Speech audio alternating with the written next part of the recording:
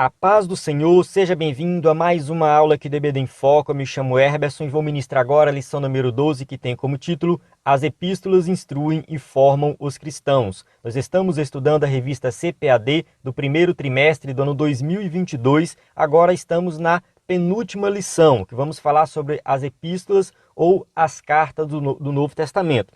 Bem, a diferença de epístolas e cartas, lá naquela época, né, que foi escrito, era uma diferença muito pequena. Pode-se dizer que a carta era algo mais pessoal, era menor, a epístola era um pouco maior e tinha a intenção de ser publicada para ser lido por outras pessoas. Então, os escritos do Novo Testamento, que estão ali entre Atos e Apocalipse, né? No caso tem as epístolas de Paulo, as gerais, que a gente vai ver aqui Tiago, Pedro, João, a gente vai falar de cada uma aqui. Elas têm essas características de carta, porque muitas vezes elas são pessoais, tratam de temas específicos, são curtas, algumas delas são bem curtas mesmo, mas também tem característica de epístola, porque elas foram escritas com a intenção de serem publicadas oficialmente e lidas não somente em uma igreja específica, mas em várias igrejas. Então, não é errado você falar epístola nem falar carta, tanto faz. Tanto faz, até mesmo porque estes escritos não se encaixam perfeitamente em nenhuma das duas categorias, de acordo com o contexto histórico da época. Então, agora a gente tem um outro contexto e a gente pode usar qualquer uma das duas nomenclaturas para se referir a estes escritos. Mas vamos lá, vamos focar na aula de hoje. Na lição 12, agora, nós vamos falar sobre essas epístolas, vamos passar em cada uma, mas vamos destacar temas dentro delas. Então vai ser classificado aqui de acordo com temas tratados. Então, a organização da lição, assim como a gente já fez nas lições anteriores, vai ser assim, falar de cada livro, né, no caso de cada epístola, no entanto, destacando o tema que elas tratam. Essas cartas aqui tratam sobre justificação, essas aqui já falam sobre a volta de Jesus, essa aqui já fala do combate às heresias. Então vai ser dessa forma. Muito bem organizado, o escritor da revista colocou dessa forma e ficou muito assim didático. Dá para a gente aprender bastante aqui. Então quero convidar você que é professor da EBD, que é aluno, quer aprender mais sobre esse tema, quer ministrar na sua igreja, acompanhe essa aula até o final. Nós estamos usando a revista CPAD e vamos aqui passar por cada tópico e subtópico da lição, explicando detalhadamente. Se você quer uma aula completa, explicando com detalhes, esta é a aula com slide em PowerPoint, inclusive o slide que você pode adquirir no site ebdenfoco.com, além do slide em PowerPoint que você pode adquirir lá, no nosso site você tem uma aula em PDF, que é um comentário da lição em PDF, em áudio, tem esse vídeo aqui, você pode estar ouvindo aqui o áudio ou assistindo o vídeo, tá? Que é a mesma coisa. Temos cursos, um conteúdo completo também para você aprender mais. Temos sermões em PDF, inclusive temos sermões baseados nas cartas. Há vários sermões baseados nas cartas aí, ou nas epístolas, né, como você prefere chamar. Eu acostumei falar mais carta, então vou usar mais assim carta do que epístola aqui na aula, tá? Mas vamos lá. Então dentro do EBD em Foco nós temos vários sermões em PDF para quem ministra na igreja, quem prega, quem ensina, quem é pastor, professor, enfim, muito conteúdo de qualidade para você acessar e ministrar na sua igreja. Nós temos o WhatsApp, que tiramos dúvidas, enviamos material. Nosso número é esse aqui, ó, 94 98409 2869. Nós estamos implementando um sistema de respostas automáticas e essa semana, se Deus quiser, vai ficar pronto. Então, se você mandar assim, quero a lição 12, quero o conteúdo da lição, quero o subsídio, quero o PDF, automaticamente o nosso sistema vai responder e enviar esse material para você. E vai ter também, já temos, na verdade, o atendente humano, né? Nós temos um secretário que fica atendendo, eu atendo também, então você pode mandar mensagem que vai responder automaticamente, mas também você pode falar algo especificamente conosco. Eu quero falar com o Herberson, com o Hugo que atende aqui, que a gente atende você também. Então é isso, vamos começar aqui o nosso conteúdo da aula. O textuário diz assim: a graça, a misericórdia, a paz da parte de Deus, Pai, e do Senhor Jesus Cristo, o Filho do Pai, sejam convosco na verdade e amor. Segundo João 1:3. Vamos lá. Verdade prática. As epístolas apresentam instruções vitais para a compreensão da doutrina cristã, bem como para a formação dos cristãos. Então, a verdade prática, aqui resumindo, né, a questão da importância das epístolas para a formação do cristão e também para o entendimento das principais doutrinas. Então, essa aula é uma aula que vai falar sobre doutrinas. No tópico 1 a gente vai falar das epístolas, tópico 2 também. No tópico 3 a gente vai falar da importância das doutrinas para os dias de hoje. Então está classificado dessa maneira. A leitura bíblica clássica encontra 1 Coríntios 1, de 1 a 3, a 1 Pedro 1, 1 e 2, 2 João 1, de 1 a 3. Essa leitura bíblica clássica, o escritor da revista coloca só para dar uma visão geral de algumas epístolas, mas não se preocupe, durante a aula a gente vai ler muitos versículos para fundamentar bem a aula dentro da palavra de Deus. Tá? Eu pulo aqui para ganhar tempo, mas a gente vai voltar e falar desses versículos. Introdução. As epístolas correspondem a 21 dos 27 livros do Novo Testamento. As 13 escritas por Paulo são denominadas de paulinas. As 8 epístolas restantes são de outros autores designadas de gerais. No caso aqui a gente vai fazer essa classificação, paulinas e gerais. Então, nesta lição, agrupamos as epístolas por temas e autoria, destacamos alguns de seus aspectos doutrinários. Então, a gente vai fazer essa classificação. Como eu falei no começo, nós vamos pegar alguns temas e tratar esses temas e ver quais epístolas falam mais desse tema. Então, primeiro tópico, como as epístolas paulinas nos instruem. Então, vamos falar primeiro das epístolas paulinas no tópico 1. Instruções salvíficas. Nesse grupo, enfatizamos aspectos da doutrina da salvação. Então, o que é que a gente vai ter aqui? Em Romanos, nós destacamos que o justo viverá pela fé. Destaca-se, né? Destaca-se que o justo viverá pela fé. Então, Paulo trata desse tema em Romanos e também em Gálatas. A gente vai falar daqui a pouco. Então, aqui em Romanos, a gente entende que Cristo nos libertou do pecado mediante seu sacrifício remidor. Dessa forma, pela fé em Cristo, somos declarados justos. Então, por meio de Cristo, pela fé em Cristo, Paulo vai deixar isso bem claro em Romanos.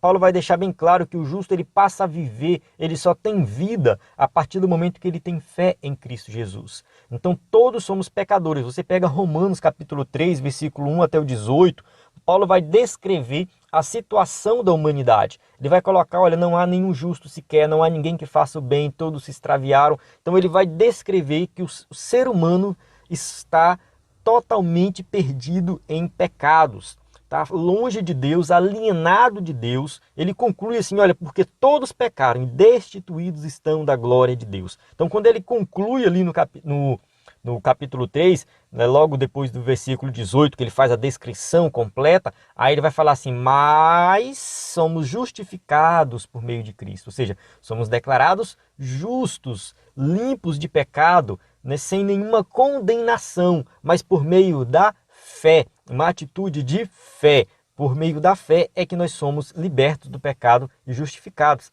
Aos Gálatas, Paulo assevera que ninguém é justificado por obras da lei. Então, quando Paulo vai escrever aos Gálatas, Paulo dá um resumo do que ele trata em Romanos. Muitos teólogos costumam falar que Gálatas é um mini Romanos. Eu não sei se eu concordo muito assim, porque são duas situações diferentes, são duas cartas com circunstâncias diferentes, apesar de ter temas parecidos.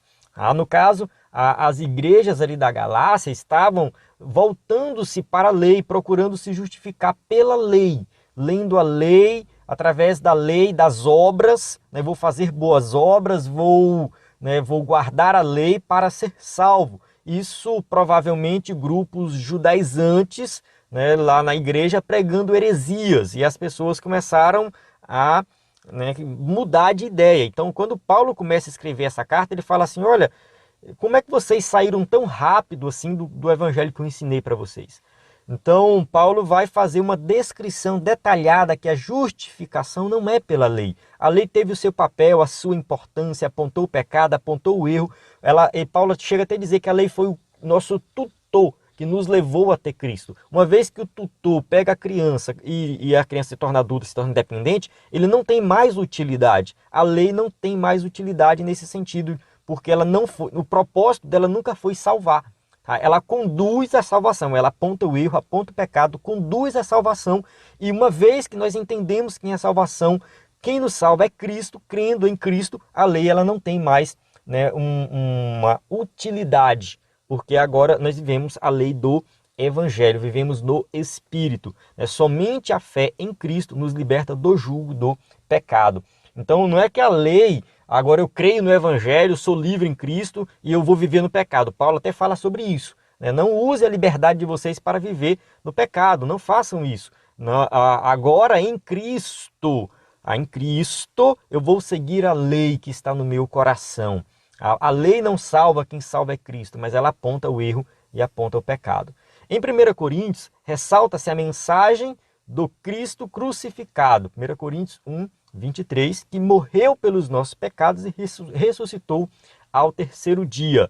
Então, quando a gente fala das cartas de Paulo ao Coríntios, a gente pensa muito naquelas confusões que tinham na igreja, divisões e tudo mais, e pecados. As pessoas focam muito nisso, Paulo chamando os crentes de lá de carnais. Só que o propósito principal de Coríntios é apresentar Cristo crucificado. É apresentar aquele Jesus que morreu pelos nossos pecados e ressuscitou. E Paulo vai mostrar aqui que a importância da ressurreição para a salvação do crente. Não foi somente a morte de Cristo.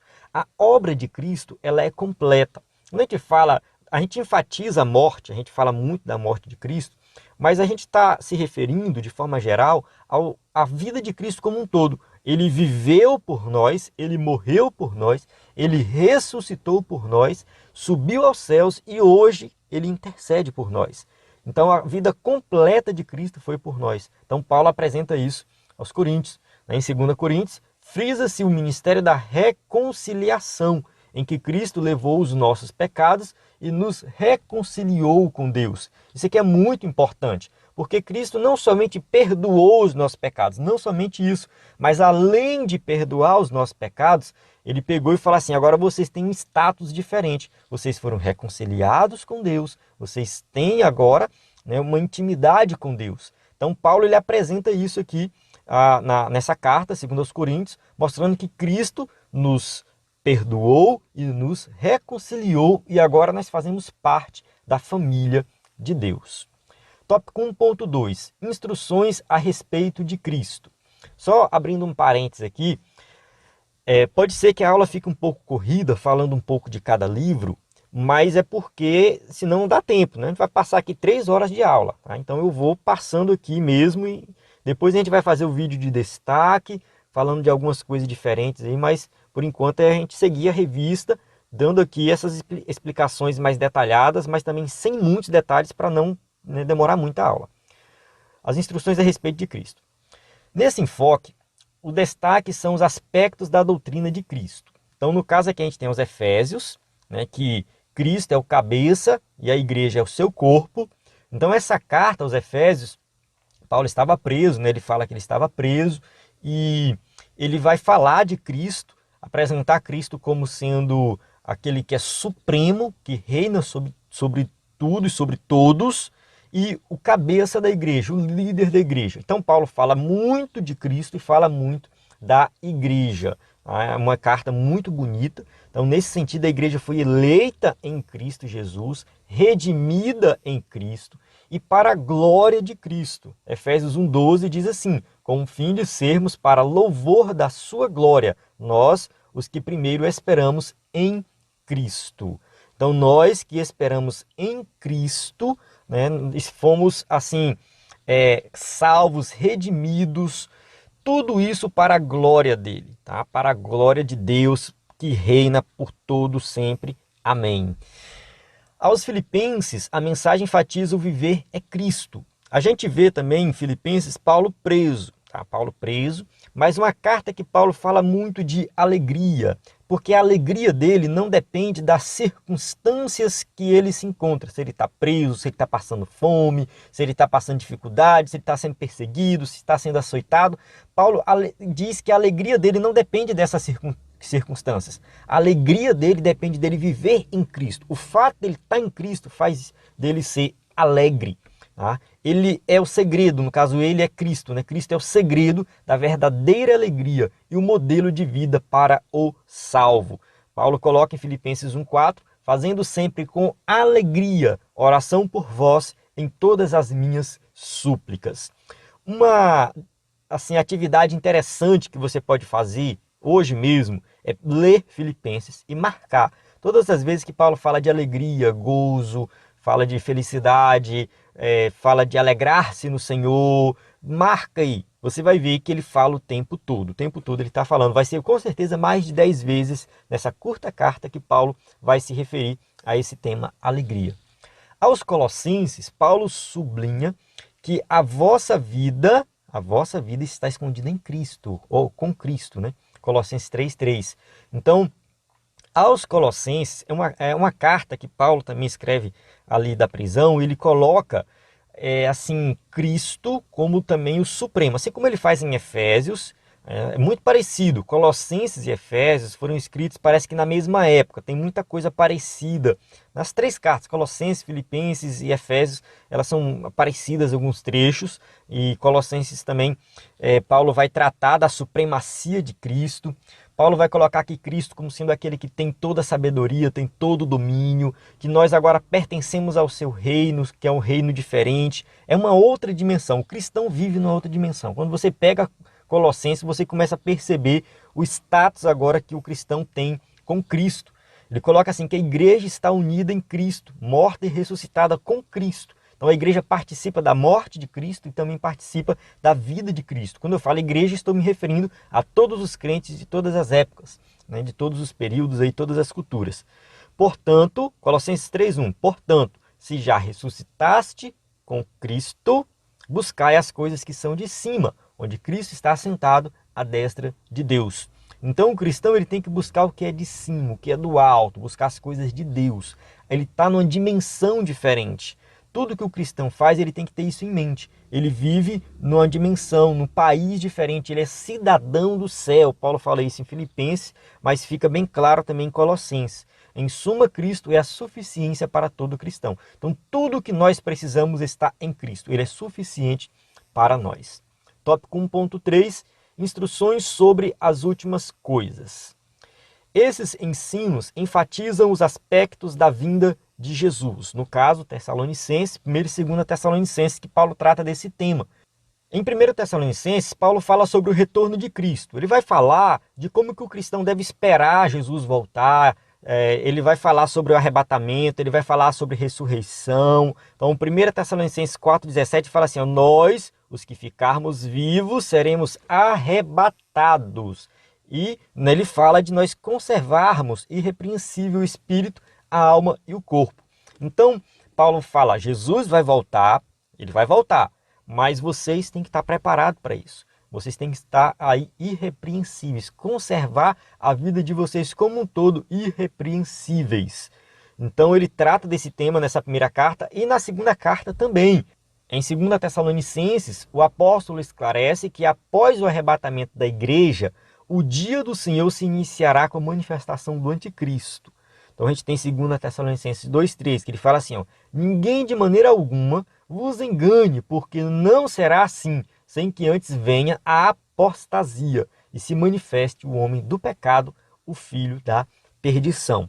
Então, quando Paulo fala na primeira carta da vinda de Jesus, o povo ficou preocupado, né? Será que Jesus vai voltar agora e tal?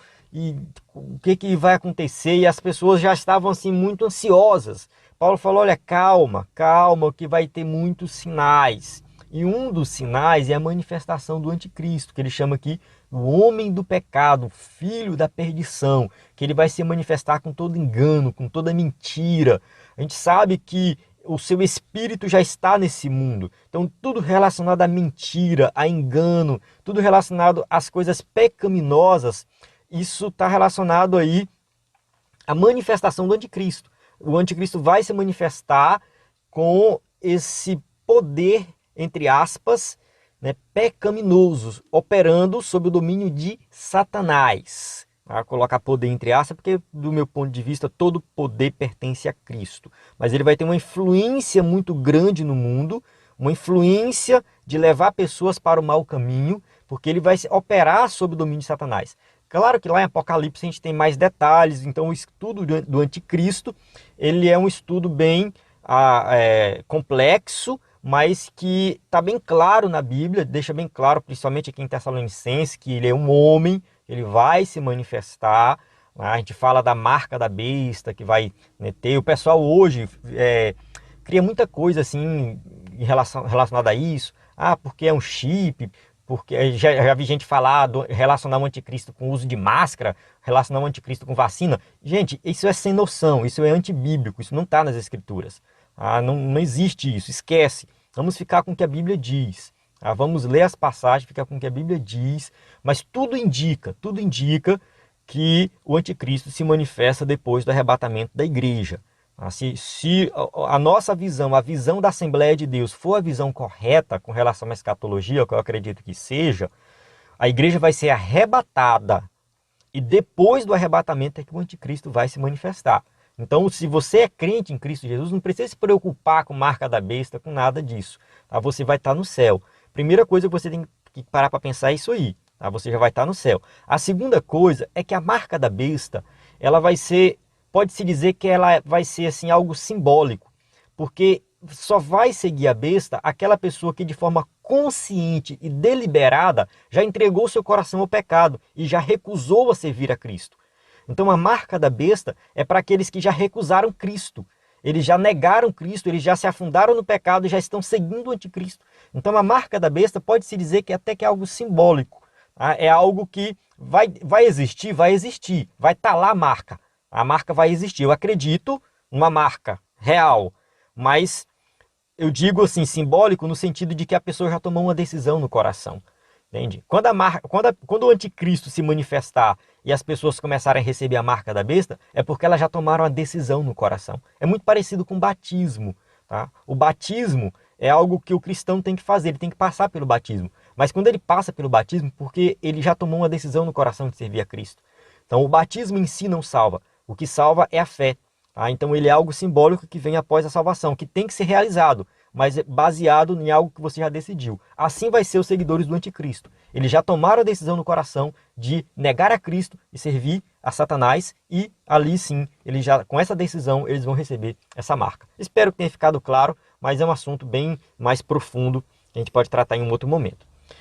Vamos lá. Então, continuando aqui dentro de Tessalonicenses, Paulo vai falar que nós temos que orar. O cristão ele tem que aguardar a vinda de Jesus orando, pregando o evangelho, vivendo uma vida honesta, vivendo uma vida coordenada, não desordenadamente, como alguns querem viver. Tá? Então, Paulo traz essas instruções dentro dessa carta Tessalonicenses. Então, as duas epístolas alertam a respeito da necessidade de preparar-se para a vinda do Senhor. Está bem claro isso aí. O objetivo dessas epístolas é deixar nós preparados para a vinda de Jesus. 1.4. Instruções pastorais e pessoais.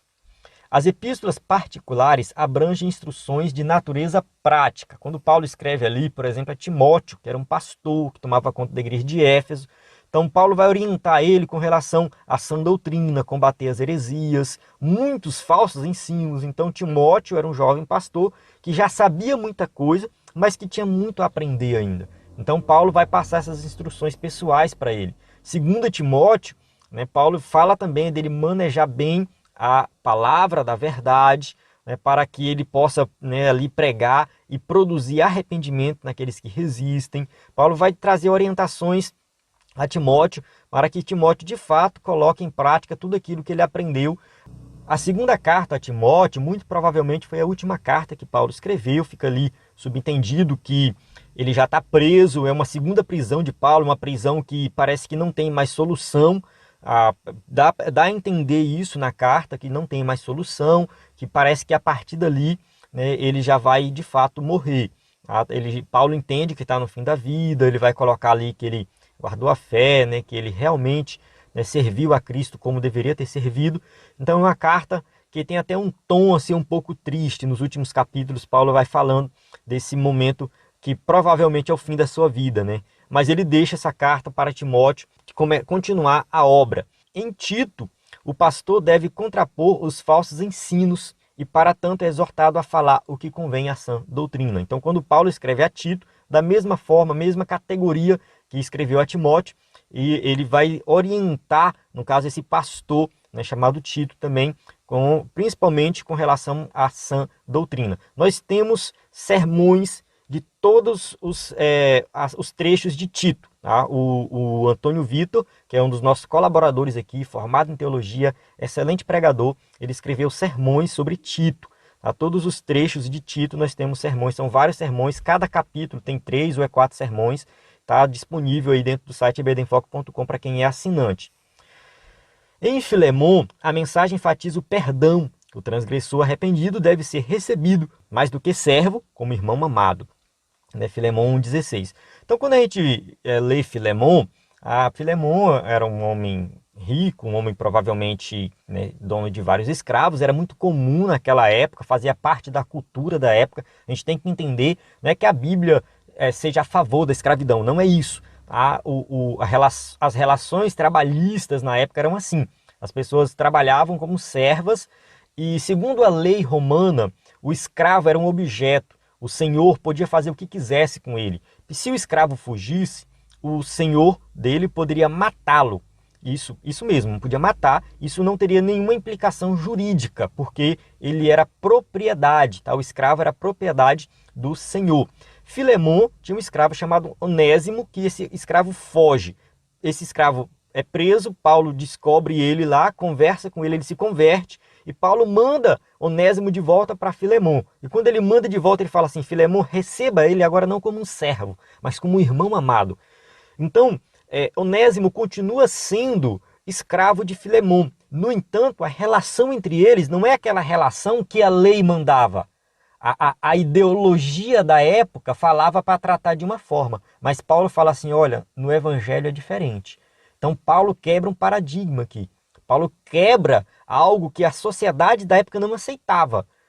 De acordo com a sociedade da época, Filemon deveria matar Onésimo, pena de morte para o escravo fugitivo. Mas agora, em Cristo Jesus, eles são irmãos. E Filemon vai tratar agora Onésimo não como escravo, mas como um irmão em Cristo. E Onésimo vai servir a Filemon não como um senhor qualquer, mas como se estivesse servindo o próprio Cristo. Então, essas são as orientações que Paulo passa dentro dessa carta. Muito bonita essa carta, quando você lê ela dentro do seu contexto. Vamos para o tópico 2. O tópico 2 fala assim: como as epístolas gerais nos formam. Tópico 2.1. As epístolas de Pedro. 1 Pedro aborda o sofrimento cristão. Tá? Pedro vai falar para todos os crentes de todas as épocas que passam por dificuldades. Tá? Ele fala daquele contexto que tinha muita perseguição, mas ele está falando para todos também. Então ele ensina que as provações fortalecem a fé, que é preciso santificar-se, suportar os agravos e alegrar-se nas aflições. Então Pedro vai trazer essas orientações. Ele coloca aqui, 1 Pedro 4,13. Mas alegrai-vos no fato de serdes participantes das aflições de Cristo, para que também na revelação da sua glória vos regozijeis e alegreis. Então Pedro coloca assim, assim como Cristo sofreu, nós também vamos sofrer. Então, quando nós sofremos, nós estamos participando das aflições de Cristo. Mas um dia, nós vamos participar da sua glória e regozijar e alegrar com Ele. Assegura que o próprio Deus é quem aperfeiçoa, confirma, fortifica e estabelece o crente fiel. Então, essa carta vai assegurar isso. 1 Pedro 5,10. E o Deus de toda graça, que em Cristo Jesus vos chamou à sua eterna glória, depois de haverdes padecido um pouco, Ele mesmo vos aperfeiçoará, confirmará, fortificará e fortalecerá. Então Pedro está colocando aqui que a dependência do cristão tem que ser 100% de Deus. 100% de Deus. Ele que nos aperfeiçoa, que nos confirma, que nos fortifica, que nos fortalece. Em 2 Pedro, a mensagem faz alerta aos ensinos dos falsos mestres, tais como negar a divindade e a segunda vinda de Cristo. Então, muitos falsos mestres negando doutrinas importantíssimas, as principais doutrinas, e Pedro vai contestar essas heresias, vai ratificar que Jesus de fato é o Filho de Deus e anima a igreja a manter-se imaculada até a volta do Senhor. Então a igreja tem que se manter perfeita, longe do pecado até Jesus voltar. 2.2. As epístolas de João. Nós temos a primeira epístola de João, que adverte sobre o falso ensino que negava a encarnação de Jesus e as demais heresias gnósticas. Havia naquela época muitas falsas doutrinas, acerca de Jesus. Uns diziam que Jesus é 100% humano e não tinha nada de divino nele. Outros já diziam que Jesus era 100% divino e não tinha nada de humano nele. Outros já negavam que Jesus tinha encarnado. Essa questão de dizer que Jesus sempre foi divino e nunca foi humano. Jesus não encarnou. Tinha o docetismo, que era uma doutrina da época lá, uma heresia da época, que dizia que Jesus simplesmente aparentava ser humano, mas ele não era 100% humano. Então negava que Jesus de fato tinha encarnado. Mas lá, né, 1 João 4, 2, 3 fala assim, ó, nisto conhecereis o Espírito de Deus. Todo espírito que confessa que Jesus veio em carne é de Deus, e todo espírito que não confessa que Jesus Cristo veio em carne não é de Deus. Então João está enfatizando a importância de Jesus ter de fato encarnado e vivido aqui nessa terra como um homem. É claro que essa doutrina se desenvolve na igreja como um todo, para que nós possamos compreender que Jesus ele sempre foi homem e Deus ao mesmo tempo. Ele não deixou de ser Deus enquanto ele era homem. É bem complexo, não dá para explicar isso aqui em um minuto, mas a gente tem que entender uma coisa, que na sua natureza humana, encarnado como um ser humano, podemos até dizer que os poderes divinos de Jesus estavam limitados a uma natureza humana, limitado, não que ele deixou de existir. Eu li um livro que fala sobre esse tema, um livro de teologia sistemática, que ele dá até um exemplo, assim, pega um corredor velocista, sei lá, o Usain Bolt aí, né, o cara que corre mais rápido do mundo, e amarra a perna dele na perna de alguém que não corre nada, na minha perna, por exemplo, que eu não corro nada. E o Bolt vai ter que correr limitado à minha velocidade, porque eu não vou conseguir acompanhar ele, então ele vai estar limitado à minha lerdeza. Ele vai perder a sua capacidade de correr? Não. Ele continua sendo o homem mais rápido do mundo, mas ele está limitado porque ele está amarrado, a perna dele está amarrada na minha. Então é uma limitação, mas não significa que deixou de ter. Pode não ser perfeito esse exemplo, mas esclarece um pouco. Então Jesus, como sendo humano, ele tinha que ser humano, porque ele teve que passar sede, fome, sofreu na cruz para perdoar os nossos pecados. Daí a importância dele ser humano. Mas ele sempre foi divino e nunca deixou de ser divino. João explica que o salvo deve viver em comunhão com os irmãos, ele fala muito de amor, afastar-se da prática do pecado, amar uns aos outros e vencer o mundo por meio da fé. É uma carta muito bonita, leia João, leia todas as cartas, leia todas. Em 2 João, as heresias do docetismo e do gnosticismo são novamente refutadas. Mais uma vez ele vai falar dessas heresias, tá? O docetismo, que diz que Jesus parece humano, mas não é humano. Essa heresia João vai combater aqui, falando que Jesus de fato encarnou.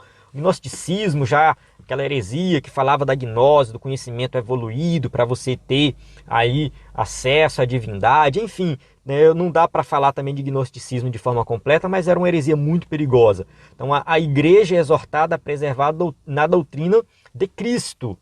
No caso, João vai orientar isso aí, olha, vocês têm que se preservar na doutrina de Cristo e usar a sabedoria ao receber as pessoas em casa. 2 João 1,9, todo aquele que prevarica e não persevera na doutrina de Cristo não tem a Deus. Quem persevera na doutrina de Cristo, esse tem tanto pai como filho. Então João vai colocar aqui bem claro que você tem que estar na doutrina para mostrar, para provar que você tem Deus na tua vida, tem o pai e o filho. Em 3 João, destaca-se a fidelidade de Gaio e Demétrio e a reprovação do mau testemunho de Diótrefes. Então uma carta bem curtinha, mas que ali, no caso, João vai falar para o cristão assim, olha, não sigas o mal, mas o bem. Então ele vai reprovar aqueles que estão fazendo errado. Se você está fazendo errado, você tem que mudar de atitude. Então siga o bem. 2.3, as outras gerais, são as cartas, que no caso aqui Hebreus, a gente não sabe quem escreveu Hebreus. Algumas pessoas afirmam que foi Paulo, mas não podemos bater o martelo. Então a gente tem que Hebreus, ele vai mostrar que Cristo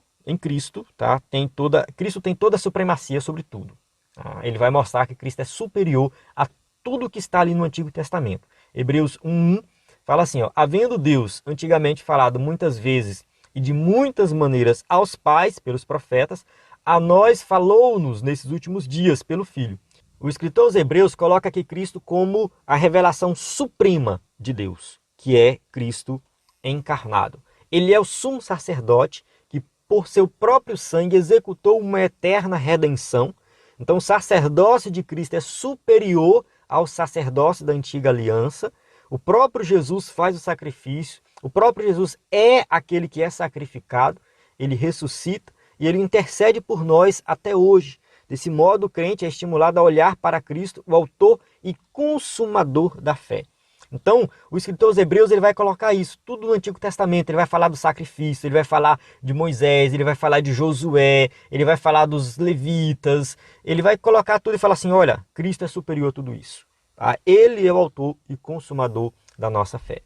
A gente tem a carta Tiago, tá? Tiago, que ele já vai colocar aqui um tema muito importante, que a gente fala muito, que é a fé sem obras é morta. Tiago vai enfatizar a ação prática da fé. Ele acentua que a fé deve ser mostrada em ações, por isso o texto adverte o cristão a ser praticante da palavra e não somente ouvinte. Tiago 1,22, e sede cumpridores da palavra e não somente ouvintes, enganando-vos com falsos discursos. Então tem pessoas que estão enganando a si mesmas com falsos discursos, querendo dar um de bonzão, que é isso e que é aquilo, mas na prática não faz nada. Então Tiago ele não está colocando que a salvação é por meio das obras, não. Tiago está colocando que a salvação é por meio da fé. Tiago repete o que Paulo fala. Tiago está dentro do contexto de Paulo, só que a abordagem de Tiago é uma abordagem mais prática. Paulo pressupõe que a fé que a pessoa tem é uma fé prática. Paulo está falando desse modo. Quando Paulo fala que nós somos justificados pela fé, somos salvos pela fé, ele está supondo que aquela fé ali é uma fé verdadeira, uma fé prática. Não é uma fé teórica, não é simplesmente você falar por aí que tem fé. Não, Paulo está supondo isso e Tiago vai enfatizar isso. Tiago vai falar assim, olha, se você tem fé, mas não tem obras, essa fé não vale de nada. Então aqui eles não estão se contradizendo, mas são questões de ênfase, estão complementando o ensino da salvação pela fé. Em Judas, o salvo é exortado a batalhar pela fé, isso por causa dos hereges infiltrados na igreja. Assim, o crente é instruído a orar e a preservar a esperança da vida eterna. Então a gente tem uma orientação dessa curta carta, somente um capítulo, né? No caso Judas. Esse Judas não foi o Judas que traiu Jesus, é outro Judas. E essa carta ela é muito importante, apesar de ser curta, mas ela vai falar dessa questão de nós batalharmos, lutarmos pela fé, combater as heresias. Então uma carta que naquele contexto que foi escrito, né, já estava falando dos hereges da igreja daquela época. E nos dias de hoje não é diferente. Vamos avançar para o tópico 3, né? Vamos falar agora das doutrinas, né?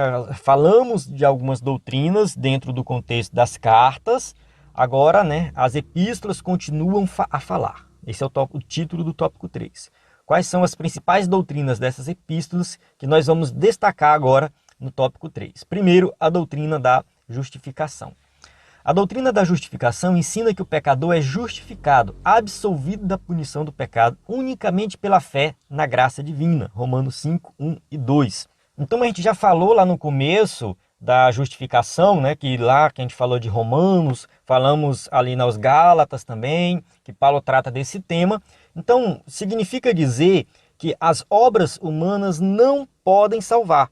Tá? Não tem salvação por obras, é somente pela fé em Cristo Jesus. Nossa declaração de fé professa crer na restauração do homem por meio do arrependimento e da fé, no novo nascimento pela graça de Deus mediante a fé e na justificação pela fé no sacrifício de Cristo. Então, essa doutrina da justificação, que tem que ter arrependimento, tem que ter fé, e por meio da fé nós somos justificados, o sacrifício de Cristo foi que nos perdoou os nossos pecados. Essa mensagem é a mensagem que tem que ser pregada na igreja. Se você não parou para estudar esse tema, se você não leu nenhum livro, se você não leu nenhum sermão, você tem que mudar a sua atitude. A partir de hoje você vai, né, definir aí que vai estudar sobre a justificação pela fé, se aprofundar nesse tema, porque depois toda mensagem que você pregar, você vai lembrar disso aqui. Você vai apontar para Cristo, mas não é só falar, Cristo morreu por teus pecados. Não, aponta para Cristo e fala assim, olha, Cristo morreu pelos seus pecados. Isso foi graça de Deus, ou seja, um favor não merecido. Você pode alcançar a misericórdia de Deus por meio da fé, crendo no sacrifício de Cristo, significa que o sacrifício que ele fez foi no seu lugar. Então, olha só a sequência lógica. Foi no seu lugar, no lugar do pecador. Então, o preço que o pecador deveria pagar, Cristo pagou. Então, essa é a lógica da mensagem da salvação. Cristo pagou e a vida de santidade de Cristo é imputada em nós. Então, o pecador, ele é perdoado não porque Deus passa um pano, mas porque houve um preço. Alguém pagou o preço. Alguém pagou no lugar do pecador. E a vida de santidade de Cristo foi imputada no pecador, porque Cristo não tinha pecado. Então, é um caminho de ida e volta. Então, isso é justificação, ida e volta.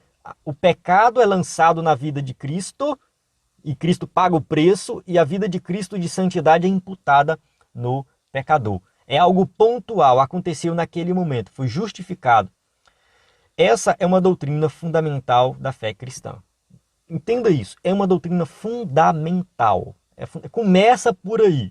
O cristianismo começa por aí. Somos justificados em Cristo, algo pontual. 3.2. A doutrina da santificação. A doutrina da santificação implica uma vida separada do pecado. Então, santificação, a palavra santo ali do Antigo Testamento tem a ver com separado, tá? No Novo Testamento também. 1 Pedro 1, 15 e 16. Mas como é santo aquele que vos chamou, sede vós também santos em toda a vossa maneira de viver. Porquanto está escrito, sede santos porque eu sou santo. Então a santidade do cristão tem a ver com a santidade de Deus. Nossa declaração de fé ensina que já salvo e justificado, o novo crente entra de imediato no processo de santificação. Romanos 6, 22. Mas agora, libertados do pecado e feitos servos de Deus, tendes o vosso fruto para a santificação e, por fim, a vida eterna. Então, a santificação começa depois da justificação. É um processo que demora, é um processo de aperfeiçoamento. Então, é durante toda a jornada do cristão. Enquanto nós estivermos nessa terra, nós estamos passando pelo processo de santificação. Então, o crente precisa ser santificado pelo Espírito. O que diz 2 Coríntios 7,1? Ora, amados, pois, que temos tais promessas, purifiquemo-nos de toda imundícia, da carne e do espírito, aperfeiçoando a santificação no temor de Deus. Então nós temos que passar por esse processo de santificação, pois sem santificação ninguém verá o Senhor. Hebreus 12, 14. Tópico 3.3, a doutrina da glorificação. A doutrina da glorificação é a última etapa de nossa salvação. Então, por último, nós seremos glorificados. Eu entendo que a glorificação ela só acontece na glória. Tá? Nesse processo, o pecador é salvo pela graça, justificado pela fé, santificado pelo Espírito e prossegue até a medida da estatura de Cristo. Efésios 4, 13. Então, assim, no processo de justificação, nós somos libertos da condenação do pecado. Quando nós somos justificados, o pecado, no caso, não vamos sofrer mais a condenação, que seria o inferno. No processo de santificação, nós somos libertos do domínio do pecado. Então o pecado não domina mais sobre nós, mas ainda pecamos, mas não tem domínio. E na glorificação, nós seremos libertos da presença do pecado. Não teremos mais a presença, não vamos mais pecar. Então quer dizer que ao final do processo da salvação, a glória perdida no Éden pelo primeiro Adão será restaurada. 1 Coríntios 15, 45. Trata-se de uma promessa da futura transformação de nosso corpo mortal em corpo glorioso, que se dará por ocasião da vinda do Senhor. Então nós teremos um novo corpo, um corpo transformado, uma nova vida, uma nova mente. Ainda seremos as pessoas que nós somos aqui na Terra, com a mesma consciência. Tem gente que pensa que quando chegar no céu, a gente vai esquecer tudo, não vai lembrar de ninguém, não vai conhecer ninguém. Não é assim, não é assim. A Bíblia não dá espaço para essa interpretação, apesar de algumas pessoas falarem por aí. Mas todos os teólogos que eu já li, que eu já estudei, todas as passagens bíblicas, indicam o quê? Que nós vamos passar por uma transformação. E nesse processo de transformação, desse novo corpo, dessa nova mente, desse novo entendimento das coisas de Deus, tá? E aí sim não vai ter dor, não vai ter remorso, não vai ter arrependimento, não vai ter nada de ruim. tá? Não vai ter sofrimento, não vai ter nada de ruim. Então, nós seremos transformados, teremos esse corpo glorioso e aí sim completa o nosso processo de glorificação. Chegamos na conclusão da nossa aula que diz assim: as epístolas são livros divinamente inspirados e representam quase 80% do cânon do Novo Testamento. O conjunto de doutrinas dessas epístolas, revelado aos seus diversos autores, continua a instruir o povo de Deus, a formar o caráter do crente salvo em Jesus e a preparar a igreja para a vinda do Senhor. Então, aqui na conclusão, né, resumindo tudo aquilo que a gente viu, né, que essas cartas ou epístolas, elas compõem a maior parte aí do Novo Testamento. Foram cartas escritas para situações específicas, mas elas servem para os dias de hoje, porque ele tem doutrinas muito importantes para o cristianismo, para a vida do cristão, conselhos práticos de quem andou com Jesus, de quem conviveu com Jesus, de quem teve intimidade com Jesus. Esses conselhos práticos foram escritos, registrados, estão ali para a nossa vida, para moldar o nosso caráter e nos deixar preparados para enfrentar qualquer situação, qualquer circunstância, qualquer sofrimento e esperar a vinda de Jesus. Jesus pode voltar a qualquer momento e nós temos que viver nessa expectativa, né, de Jesus voltar e nós estarmos preparados. Amém? Então chego no final da aula, encerro aqui o nosso conteúdo. Agradeço a você que acompanhou até o final. Continuo aqui contando com sua participação conosco aí no EBD em Foco. Temos aí tudo que você precisa para ministrar uma aula de excelência e nós contamos com suas orações. A equipe do EBD em Foco precisa da oração de cada um dos irmãos e que você possa orar por nós, que nós também estamos orando por você aqui. Tá? Sempre oramos aqui por todos os professores da EBD para que todos possam ministrar uma aula de excelência e vidas possam ser transformadas. A paz do Senhor, até a próxima aula.